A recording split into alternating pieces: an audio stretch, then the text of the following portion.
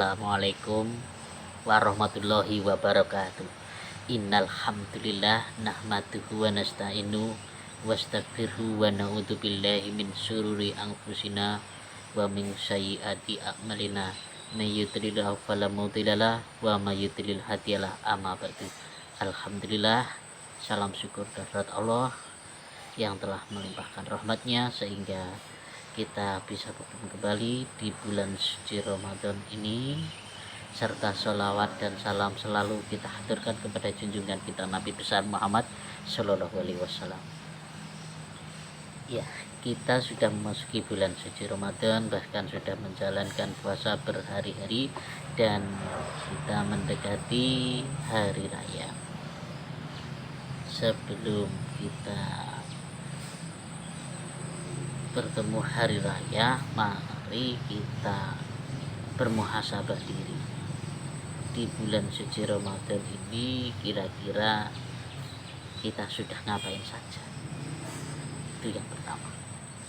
Yang kedua, apa yang kita lakukan itu betul-betul lillahi ta'ala atau hanya karena faktor lain, mungkin faktor orang lain atau faktor sekedar rutinitas menjalankan, atau benar-benar lillahi ta'ala. Sebab ada suatu riwayat yang menyampaikan hanya orang yang berpuasa dan qiyamul lail, namun yang dia dapatkan hanya lapar, haus dahaga, serta capek. Jangan sampai kita mengalami seperti itu, dan harapan kita segala ibadah kita diterima oleh Allah dan kesalahan-kesalahan kita, dosa-dosa kita diampuni oleh Allah, sehingga kita benar-benar meraih kemenangan di hari fitri nanti. Dan mumpung masih bulan Ramadan, mumpung masih kita menjalankan ibadah puasa, mari kita tanyakan diri kita, apakah kita benar-benar berpuasa? Yang ringan-ringan saja, kita tidak usah membahas tentang kejiwaan atau kepribadian kita atau hati kita. Kita bahas matematika saja, matematika dan logika. Matematika dan logikanya begini: kalau kita di luar Ramadan, kita makan 3 kali atau 3 porsi, sarapan, makan siang, makan sore. Kalau kita hitung-hitung, umpamanya rata-rata 1 kali makan 10.000 kali 3 berarti 30.000. Nah, di saat kita Ramadan ini, kita harusnya makannya makan sahur dan saat berbuka, berarti makannya cukup 2 kali. Hitung-hitung matematikanya 10 kali 2 20.000.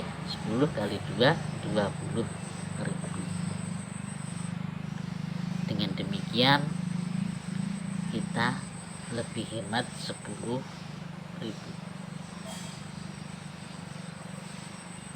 Tapi faktanya kita cek kembali diri kita, apakah pengeluaran kita dalam 1 hari ketika berpuasa lebih besar daripada ketika tidak berpuasa. Kalau lebih besar, berarti kita malah pemborosan, berarti kita malah tidak hemat. Harusnya orang berpuasa karena makannya itu berkurang, itu lebih hemat. Itu dari segi matematika keuangan.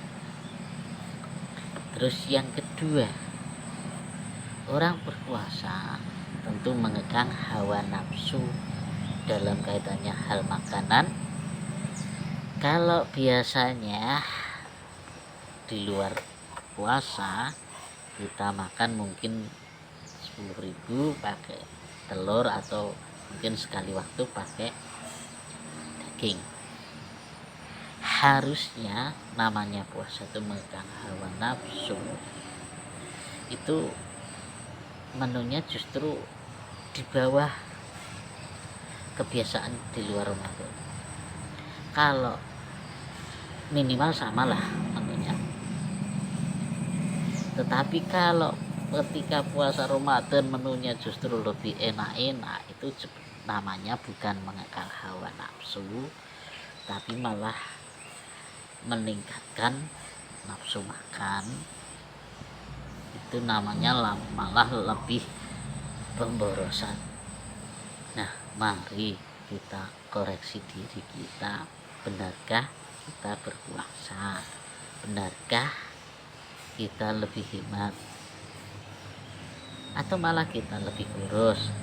Yang biasanya kalau di luar puasa makannya di rumah, ketika Ramadan berbuka di restoran, sahurnya di kafe, justru lebih banyak pengeluaran itu. Apakah itu bisa dikategorikan berpuasa? Tanyakanlah pada diri kita. Terus bolehlah kalau pengeluaran itu lebih besar dibanding di luar Ramadan, boleh, tetapi bukan untuk diri kita pribadi, bukan untuk kepentingan keluarga, tetapi mari, seperti yang saya sampaikan tadi, kalau makan di luar Ramadan 3 kali itu 30.000, di saat berpuasa hanya 2 kali berbuka dan sahur, berarti 20.000. Yang 10.000 itu kita amalkan, kita berikan kepada saudara-saudara kita yang membutuhkan, saudara-saudara kita yang taraf ekonominya di bawah kita. Harusnya seperti itu. Nah, atau bahkan lebih, kalau para sahabat dulu dan Rasulullah sendiri memang pengeluarannya biasanya di bulan Ramadan lebih banyak dibanding bulan-bulan biasa, tetapi bukan untuk kepentingan pribadi, tapi untuk kepentingan orang lain, untuk kepentingan berdakwah, untuk kepentingan dinullah. Ayo kita koreksi. Kurang lebihnya saya mohon maaf. Subhanallah wa bihamdika, asyhadu an la ilaha illa anta, astaghfiruka wa atubu ilaik. Semoga Allah menerima amal ibadah kita semuanya. Amin. Wassalamualaikum warahmatullahi wabarakatuh.